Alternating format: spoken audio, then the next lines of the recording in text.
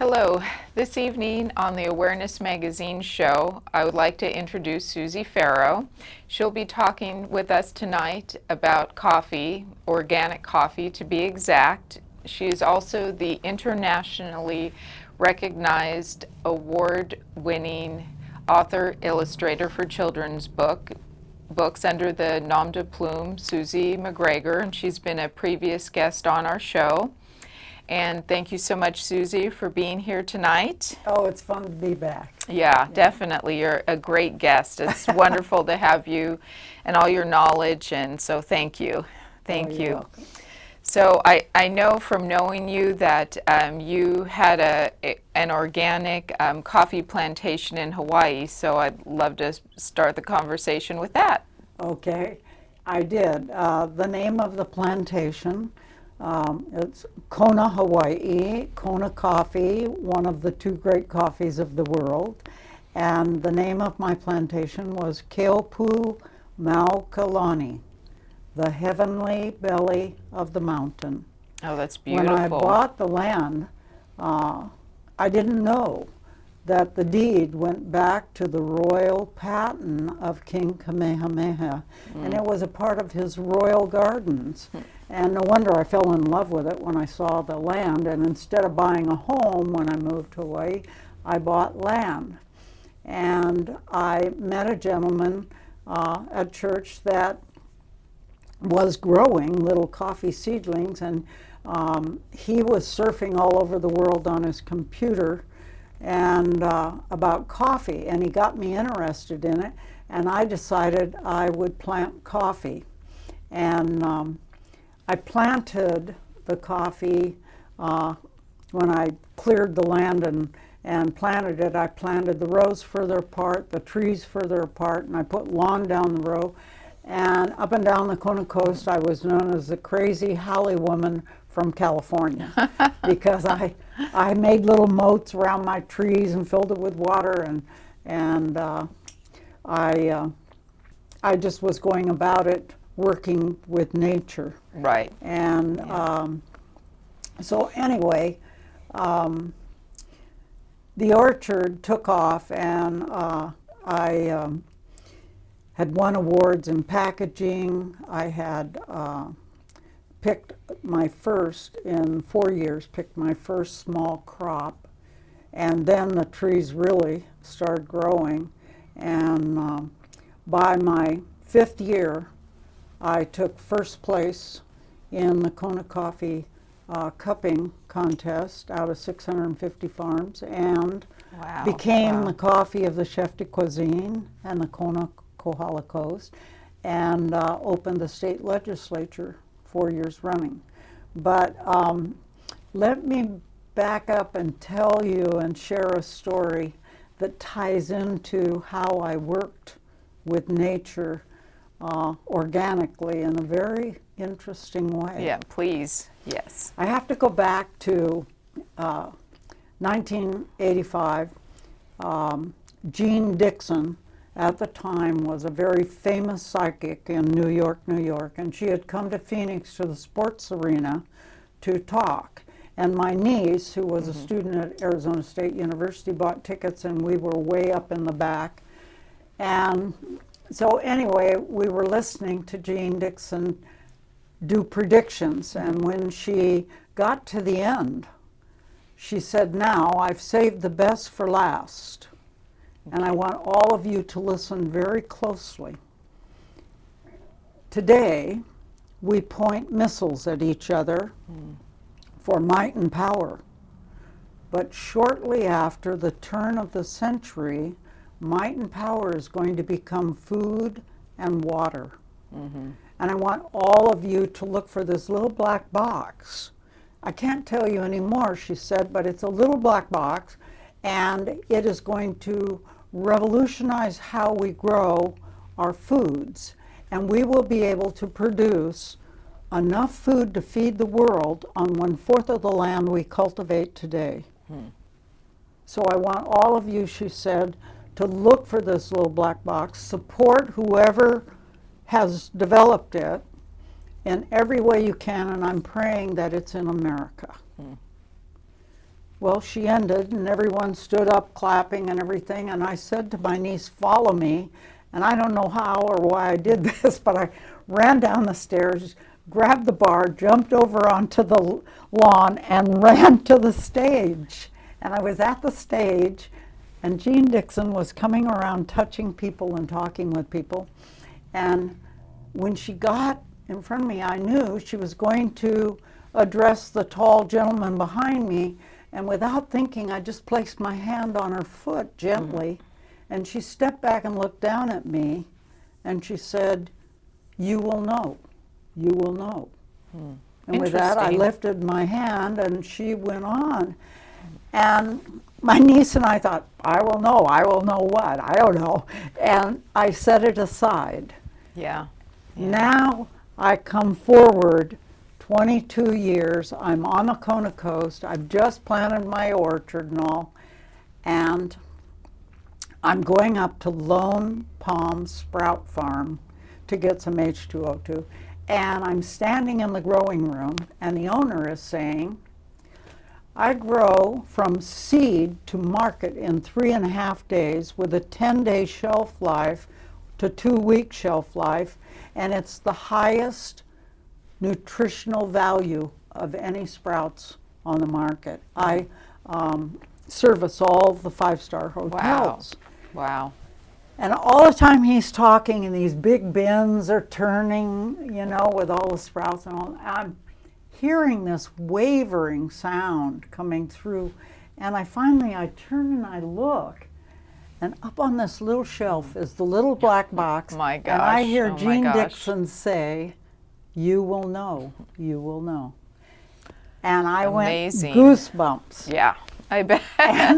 And everyone stopped and looked at me and said, "Are you okay?" And I said, "I have to know about this little black box. I have to know."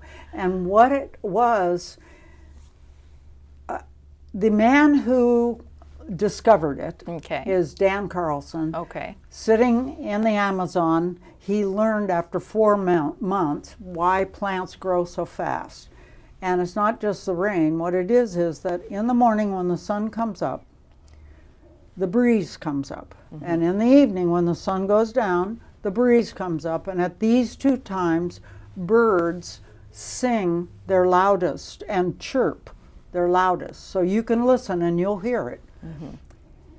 The chirping vibrational sound dilates the stomata, or the cells, on the underside of all green plants. Oh my trees, goodness. Everything. That's amazing. So what Dan did was he took that vibrational sound of the birds and he put it on a recording, and I became his experimental farm in Kona with coffee. I grew 3,000 seeds with a 98% germination rate, and every little tree's leaf was just straight out. It was really fun. My orchard, by playing the sound over my orchard every morning, it grew 1/3 faster than any on the Kona coast. It tripled the crop per tree. It came in 90% fancy, extra fancy at the mill. They had never seen Kona coffee like it. The entire crop sold out to the president of the American Coffee the American Coffee Association president, and they paid the highest price for it. What it was is that this vibrational sound allows all the plants to, in the morning, have breakfast from the top down, and in the afternoon have dinner from the top down, where lunchtime it's the roots up. So they're feeding constantly, but the way they feed is that when they dilate the stomata from the vibrational sound, the breeze is bringing nutrition and moisture, and the leaves suck it in, and so they feed from the top down. How beautiful. Well, lovely. Yeah, and that's how I won the cupping award, and that's how my coffee became very well known and valued. Here in California, we opened Jonathan Jorgensen, Jensen, all the big ones, and so it was a real wonderful experience in coffee. Yeah. That is a great time. Yeah, it was. But it was exciting to learn about nature. And when you work with nature, like one time, Yolanda, we had a drought, the beetle came, and we had aphids, and the black on the leaves started, and the Hawaii Ag director came around to all the plantations and farms and said, you better spray with 7, we've got to get this under control, it's going to ruin the crop. And so he left, and I thought, I'm not going to spray pesticide on my orchard. No way. So I went down and bought a bag of organic seaweed, and the next morning I put it in the fogger and I drove through on the tractor fogging the entire orchard with organic seaweed. And 2 days later, the head of the ag department came knocking at the door, and he said, Suzy, you didn't use 7, did you? And I said, no. Why? He said, your orchard, I've just walked all over your orchard, it's full of ladybugs, and there isn't any black on any of the leaves. What'd you do? I laughed and I said, I sprayed organic seaweed. I fogged it with organic seaweed. He said, you're kidding. I said, no. So I was working with nature, and you see, the ladybugs could smell in the air the seaweed. Okay. And they flew to my orchard and just started eating all the scale. And ladybugs are really known in nature, or by nature, as, the first aid Red Cross that comes and eats all the little aphids and things that bother the trees and bushes. So working with nature is a wonderful thing, understanding it. It is, and that's really the way all farming should be done. Absolutely. Yeah. Absolutely. Our health problems would drop drastically. Absolutely. Yeah, it would. So it's so important that you're giving this information so the public can learn from you and, hopefully implement it in their growing of plants and vegetables and everything. And health. Yes. And speaking of health, I remember coffee. You did. You told me about coffee and all the health benefits of coffee. So yes, yeah. Some people have said, oh, don't drink a lot of coffee. Well, what it is you want to drink good coffee, quality coffee. Yeah. Now, there are different grades of coffee, but you want to drink coffee that, you have to remember, if you paid $5 for a pound of coffee, then you're paying 5 cents a cup. Mm-hmm. What, milk, juice, water, what can you drink for 5 cents a cup, So what I want to say is, look for coffee that is up in, let's say, $7 bracket a pound. Now, that makes a big difference. Also, if it's roasted dark, it's probably a low grade to cover up the flaws in the coffee. Okay. But if it's roasted in a medium roast, or it's in a medium dark roast, then you're probably getting number ones, which are really a nice grade of coffee, okay? Yes, organic coffee is special. But it could be a low grade organic or an estate. So there are many coffees that may not be organic, but if they're a medium roast, they have to be a higher grade. Higher grade. Okay. Okay. You'd take good coffee, quality coffee. You would want to not over roast it to get the value. Okay. So a medium dark roast is really a good. You get all of the good acids without the bitter acids. Without the bitter. Yeah. It won't catch you in the throat or the stomach, and you should drink at least 3 cups of coffee a day. Why? Because we've now learned that Coffee dilates the blood vessels of the mind, of the heart, of the large intestine, and it helps to detox the liver. Wow. It's very beneficial. Very powerful. Because it is powerful. It's powerful with antioxidants, and thus it's a wonderful fighter with cancer. Mm-hmm. So coffee has more antioxidants than tea. When you think of coffee and the grades of coffee, like in Kona, we have 5 grades. Yeah, I never knew this until you told me about a So week ago. the lowest grade is like the floor sweepings, we call them, in the industry, but they go into instant coffee. Okay. And I really want to say, don't drink instant coffee. It may be easy to make, but come on, you're worth more than that, you know? Then you have premium or prime coffee, and that's your shelf coffees, okay? And then you have number ones, they go to the restaurants. Fancy, extra fancy are the expensive Konas itself are like $45, $50 a bag, 100%. And the same with Jamaica Blue Mountain, it's the same way. So, you know, you can buy the premium or prime in a middle, medium roast, medium dark roast, and you'll find such flavors there. You'll feel it. You'll taste the nuttiness, the sweetness, without the bitter acids. Yeah. So, yeah. Yes, and decaf. Decaf is very important to educate people on. Yeah. So, yeah. There's many ways to decaf coffee, but there's only one way you should buy, and that's a Swiss process. And if the packaging doesn't have the Swiss process logo on it, don't buy it. Do not buy it. Because they use chemicals that are not good for your health. And the Swiss water process is fine. You just don't get as many antioxidants. How does the Swiss water process work?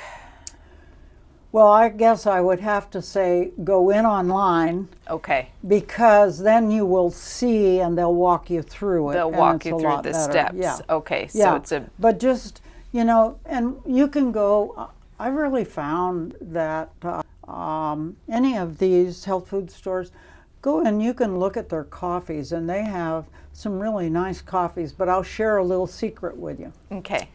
When you look at the beans, and you want to buy beans and grind it, but when you look at the beans, take a few out, put them on the counter and look at them.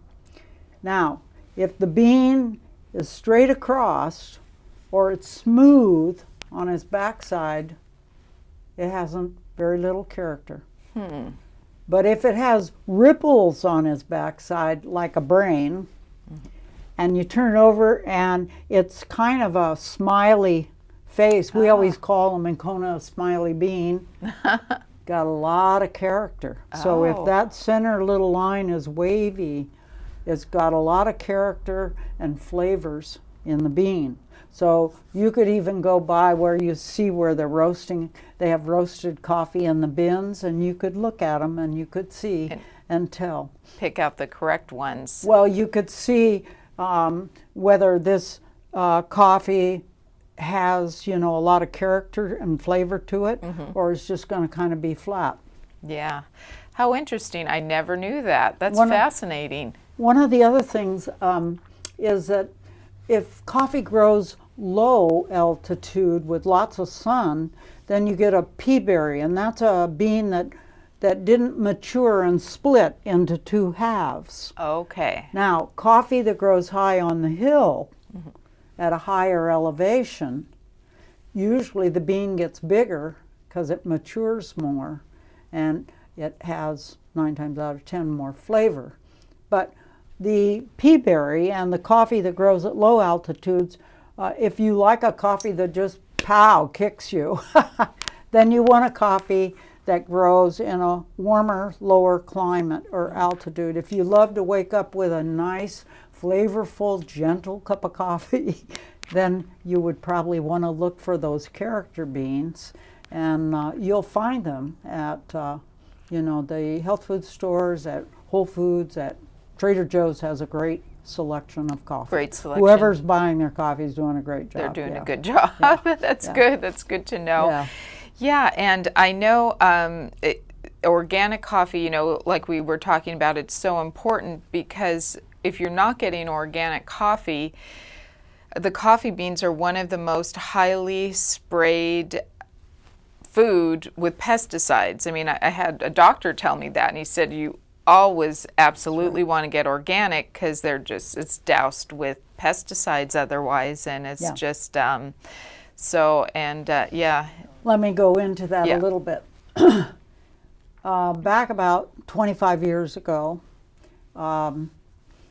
we had a terrible blight down in South America, and they had to plow under. They had the beetle, and they couldn't kill the beetle because the trees blossom all year round, so there was fruit. Coffee is a fruit called cherry, and the seeds are inside the fruit. So what would happen is that the larva of the beetle would put it into the fruit, and since fruit was there year round, they couldn't kill it. They sprayed it with everything, DDT, everything. Ooh. And they finally, down in South America, had to plow under like 1 million hectares of coffee trees, okay? So now they needed to go somewhere and fill in. They didn't want to lose all the shelf coffee space in America, so they went to London and got the rule changed that where coffee is grown is where coffee is from, to where coffee is roasted is where coffee is from. From there, they went to Vietnam, where land was cheap. The government would help them. There were a lot of little farms growing coffee, and they consolidated all of it working with the government. And from there, they were growing coffee, and now Vietnam is the second largest producer of coffee in the world, and literally it is grown in the soil of DDT and Agent Orange. It is then shipped to South America, where it is roasted, and now it's 100% Colombian coffee. Or whatever. But here's the secret.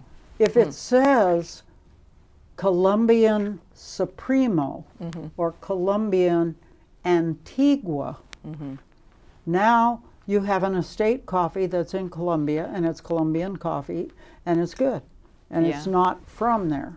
So a lot of your shelf coffees today are coffees that have been taken from Vietnam, shipped to Italy or France or South America or here in the United States and roasted. So beware of your shelf coffees. You're really better, like I said, to spend 10 cents a cup. A couple dollars more for a pound, a couple dollars more for a you'll get more flavor, more joy, more quality, more health, more antioxidants, and it won't catch you in the throat or the stomach, and you'll love it. There's nothing like a great cup of coffee in the morning or in the afternoon. I know, everybody loves coffee.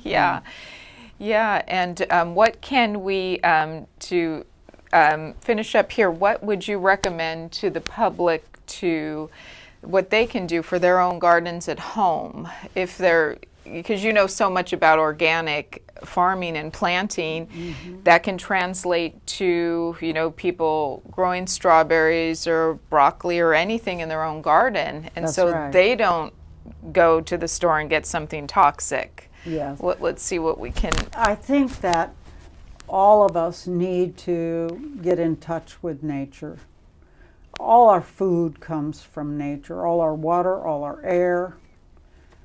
Nature is so incredible, and our backyard, our parks, our state parks, they're all important for us to take care of nature. And you may not be aware, but we have depleted 90% of the monarch butterflies. Oh, not good. The monarch butterflies are so important. The ladybugs are so important. We are spraying our crops, and killing the very insects that God gave us to keep everything natural, high in food value content.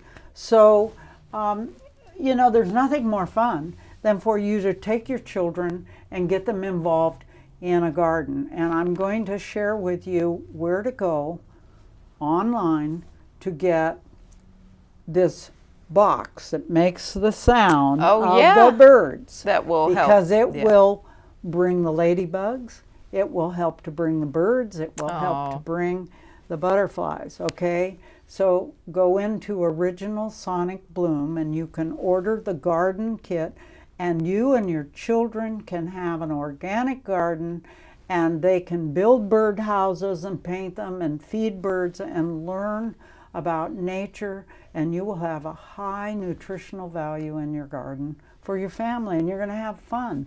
Yeah, absolutely. You know what's happened? A friend of mine up in Santa Barbara just did this, and their son wouldn't eat vegetables. 6 years old. Oh no, he didn't want vegetables. And then his dad got him gardening this way in a box garden, and they were growing all kinds of vegetables and lettuce. Do you know that son now loves his vegetables? He loves it all. He is even learning to cook with his mom, and it has been just the most rewarding experience for the family. So I encourage you to do that. Yeah, you don't need pesticides. I know one time we planted strawberries and artichoke, tomato, rosemary. We tried a watermelon, and we didn't use anything, and they were fine. There was no problem. And I know if you do get a weed, just put a little vinegar on it. You don't have to. That's right. You know, one of the reasons that we have killed off the monarch butterfly is that we have sprayed out all of the milkweed, and the butterfly lays her eggs on the milkweed. And so we're so busy spraying everything out that we are killing off the very you know, natural aids that God has put in place for all of us to enjoy a higher standard of living. And thus to educate your children to the magic of nature. I mean, it is magical. It's all intertwined. Look at the birds sing to the trees dilate, they take the air, and the breeze brings them moisture and nutrient. I mean, it's magic. So it is. You may not stop to realize that when you walk out and look at a star at night up in the heavens, that it took 40 years for that light to come to Earth. You know, children will remember these things. They will. Yeah. And I'm going to have you back on the show, Suzy, because you're so interesting, you're so educational, you're a big help to the world. So I want to thank you for being on the show. It was lovely to have you, and for all your help. Being here. Thank you. Thank you. Thank you so much. You're welcome. Okay. Namaste. Good night. Namaste. Good night.